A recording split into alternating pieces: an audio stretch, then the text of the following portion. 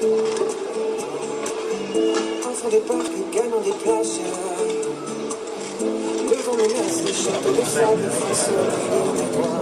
Le temps ne parle, personne ne lasse. Bien, bonjour Pilou. Bonjour. On est sur l'UTMB 2016. Encore une édition, une nouvelle édition. On peut dire qu'on commence à être habitué quand même, ça fait une dizaine d'années. Oui, là, on a nos quartiers ici. Ouais. On a nos quartiers, on a nos habitudes. Bon, l'ambiance est bonne. Toujours. On a du travail, il n'y a pas de souci. J'aimerais connaître un petit peu ton approche là sur ce type de course. Comment ça s'appréhende? Toi, déjà, est-ce qu'on peut rappeler le nombre de courses qu'on a fait dans l'année? Parce que c'est pas la seule, mais surtout pourquoi l'UTMB c'est un événement aussi exceptionnel? Alors, sur pourquoi l'UTMB est un événement exceptionnel, déjà parce que l'événement en lui-même est exceptionnel. C'est-à-dire qu'ici, on a des courses qui sont mondialement connues, de difficultés assez particulières, sur des distances qui sont aussi... ça va de 53 km, même maintenant 18 km pour les jeunes. Ah oui, ils font des nouvelles courses là. Voilà, tout à fait. Ils en créent un peu tous les ans, et jusqu'à des courses de 290 km avec des dénivelés incroyables. Et c'est vrai que tout ça, ça rend l'événement très particulier. En plus de ça, il y a beaucoup de monde. C'est-à-dire qu'il y a un panel de coureurs qui est extrêmement important. Et en nombre de thérapeutes aussi, on est extrêmement nombreux pour couvrir l'intégralité des soins de terrain, que ce soit en ravitaillement ou en fin de course. Ouais, ça c'est Olivier Garcin qui s'occupe de ça justement, cette logistique. Matériel et thérapeute. C'est ça. Donc c'est vrai Olivier est vice-président de l'ASSO et il est référent du staff podologique sur l'Ultra Trail du Mont Blanc depuis ses débuts, quoi. Et donc du coup... lui, il est vraiment expert dans l'organisation des soins de terrain, et nous, on s'est greffé à cette expérience-là. Et puis derrière, on est, je crois, très bien accepté là-dedans, et on est, comme on disait tout à l'heure, dans nos quartiers, c'est-à-dire que c'est un peu la maison ici. Il y a une complémentarité là qui s'est installée entre Pot d'Oxygène maintenant et l'événement qu'Olivier a organisé depuis le début. Exactement. En tant que thérapeute, toi, qu'est-ce que tu constates de particulier sur ce type de course d'ultra? Alors il y a plusieurs choses. Déjà, c'est on est sur une course qui est extrêmement difficile, extrêmement longue, etc. Donc on pourrait se dire que les participants sont tous hyper affûtés et que c'est tous des sportifs de haut niveau. Et là, sur cet événement-ci, on fait du cat-taping pour le Rire Médecin. Donc c'est une association de clowns bénévoles à l'hôpital. C'est bien de le rappeler, ouais. Et on se rend compte qu'au décours de ça, il y a des gens qui viennent nous voir avec une entorse de cheville alors qu'ils courent la TDS aujourd'hui. L'UTMB demain, c'est une course qui fait quand même plus de 160 km avec 10 000 mètres de dénivelé. Et voilà, ils viennent avec des pathologies, des vrais pathos. Des pathologies de fatigue ou des pathologies traumatiques? Ouais, un peu de avant tout, la course. Avant la course, quoi. Et donc du coup, ça c'est quand même... Enfin moi, en tant que thérapeute, on peut se poser quand même des questions sur comment s'est passée la prévention en amont de ces trucs-là. Ouais, est-ce que les thérapeutes qu'ils ont potentiellement rencontrés se sont rendus compte des contraintes qu'ils allaient rencontrer sur des courses comme ça, etc.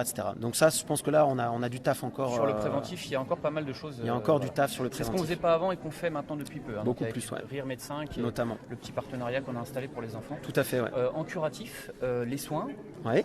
Il y a quand même des records, je pense, de soins là. Ouais. Enfin, ça égale peut-être d'autres grosses courses dont on a déjà parlé. Ben, on est là, les statistiques qu'on a mis au point. Enfin, c'est Olivier, grâce à DocEver, donc notre partenaire, on va dire sur l'événement. Donc c'est les médecins sur la course, médecins infirmiers de DocEver, avec le logiciel Logikos. Donc c'est un logiciel de traitement des données.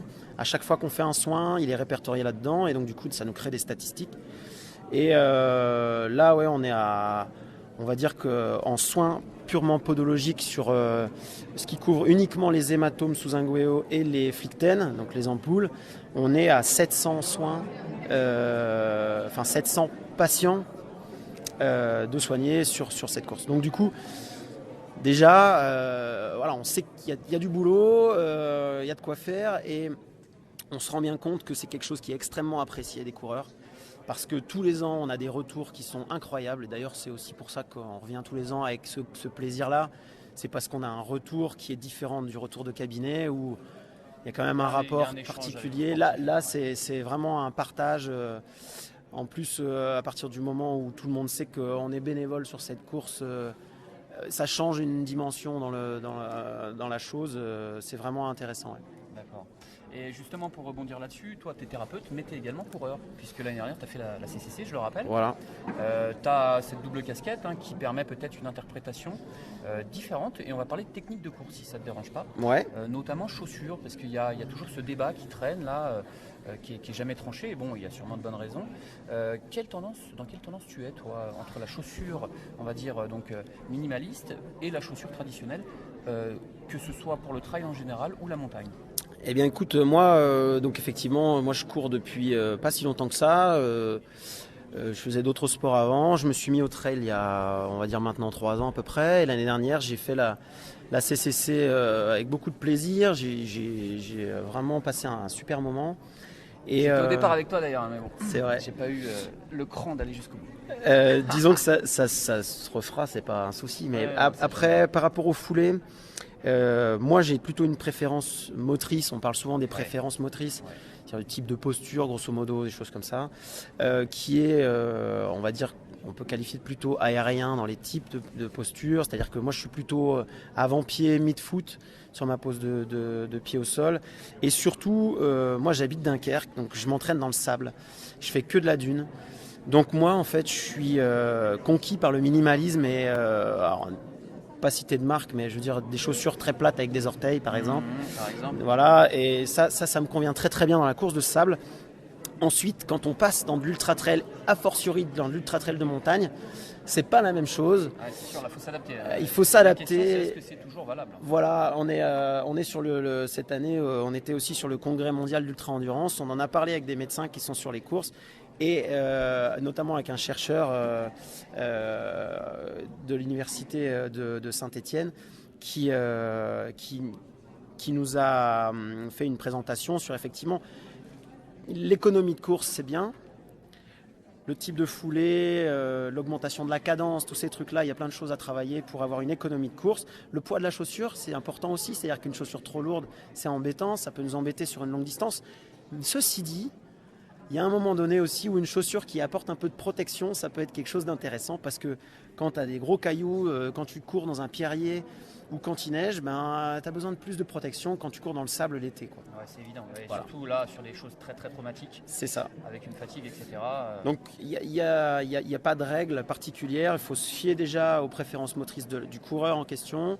Il faut voir quelle est sa chaîne lésionnelle s'il en a une. C'est-à-dire que est-ce qu'il n'est pas en protection d'un truc, etc., etc. Donc ça, c'est un bilan général qui permet de déterminer ça. Et à partir de là, on peut se dire déjà, ok, on va partir sur telle chose, ça se teste. Et une fois que ça se teste, après, parce que ça c'est un facteur important aussi, on ne choisit pas sa pompe la semaine avant un ultra trail. On la choisit bien avant, on la teste et on la reteste. Et après seulement, on peut se dire, ok, c'est avec celle-là que je vais courir 170 km. Ok. Voilà. Bah, merci beaucoup, Pilou. Je t'en prie, c'est un plaisir. On aura plein de questions encore, parce que l'UTMB ne fait que commencer. Donc voilà, on va continuer. On va bosser un peu. C'est parti. Salut.